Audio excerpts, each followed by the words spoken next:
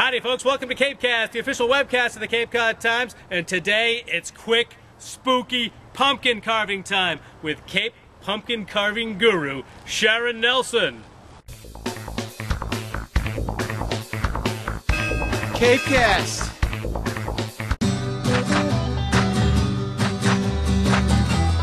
Happy Halloween!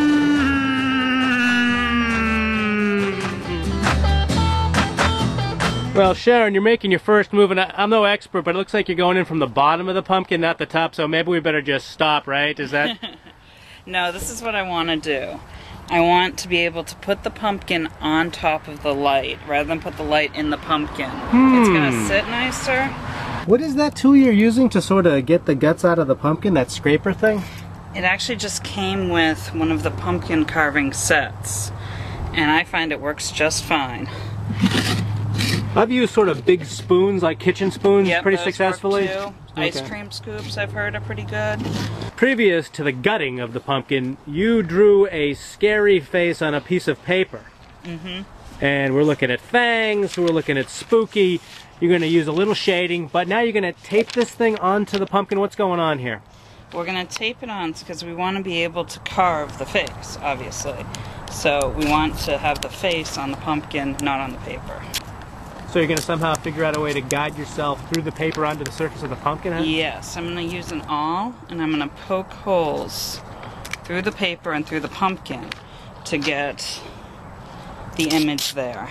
So it looks like you're doing it pretty quickly, not a real big hassle here. Depends on how complicated it is. This is a pretty simple design for me. Some of them take me a couple hours to do this. So now this is all poked through. I'm going to take it off. And it doesn't look like a whole lot. I just see a bunch of holes, Sharon. We better call this whole thing off. I mean, you know. Well, to make them actually stand out, I'm going to put some flour. What? And the flour's going to go into the holes so that you can actually see them.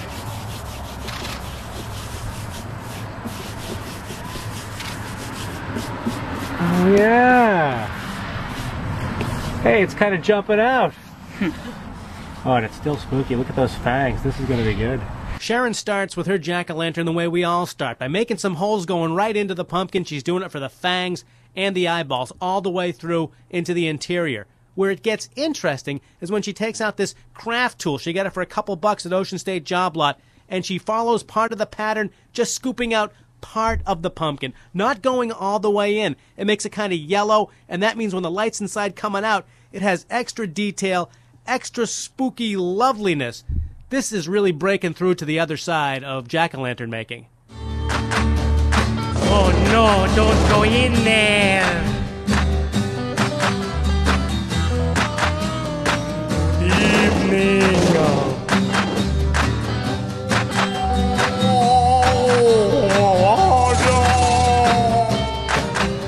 So the genius here is that your fangs don't even actually exist.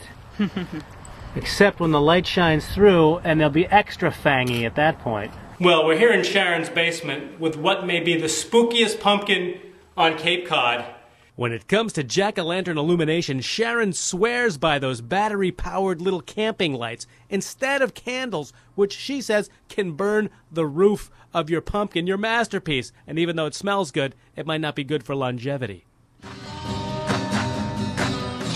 Happy Halloween!